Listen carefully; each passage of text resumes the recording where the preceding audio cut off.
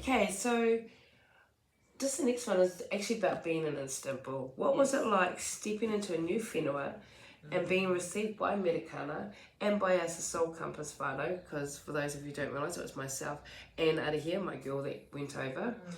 How did the spirit of Manaki and whanaungatanga show up for you? Where did you see it?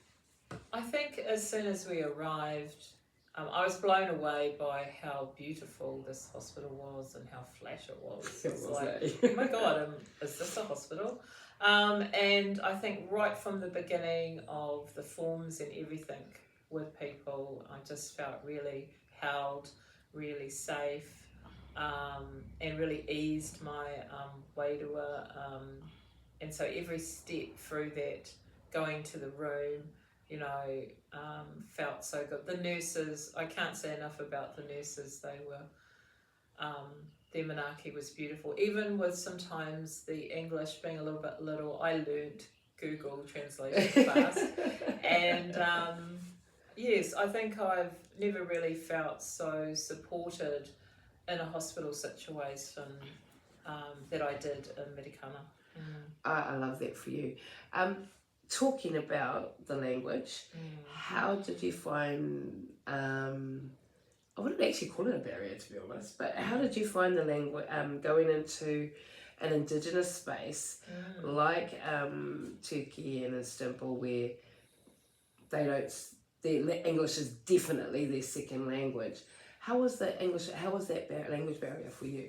I think what I was excited about is that here's a people who are very indigenous in their language, and I think it was inspiring in terms of us as Māori around Te Reo.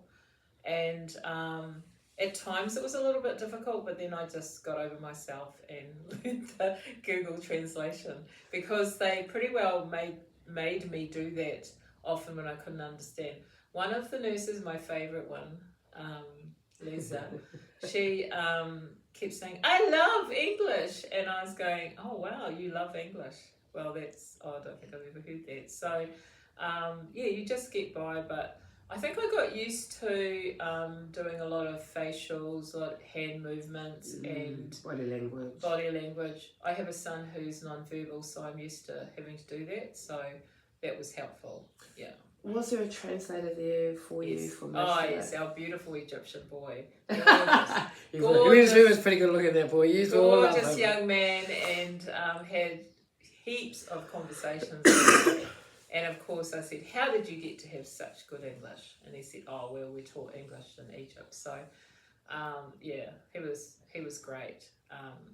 And also I think Fatima. Yeah, Fatima. She was just a beautiful soul, and I think my mate and I just really loved her. And I think as we got to the end too, she continued to message us, which was really nice. So. Yeah. And just talking about Fatima, I was online with someone the other day who was over there, and she was the translator for my other friend, and she gets on and she starts talking to me. So you know, just as absolute, you create a connection with these people. You know, they will remember. They really do remember you for life, especially if you are someone who is in social media, and they will keep connected. And honestly, a year and a half down the track, that is how good Denise and I are still connected. I've got about 5 or 6 of them from my first journey to Istanbul that added me, and I still keep in touch with. So, you know, there is the beauty of that, the connections and the networking that you do across our whenua, across Te Ao. So, yeah, I just wanted to reiterate this. Got to remember, this is not my interview.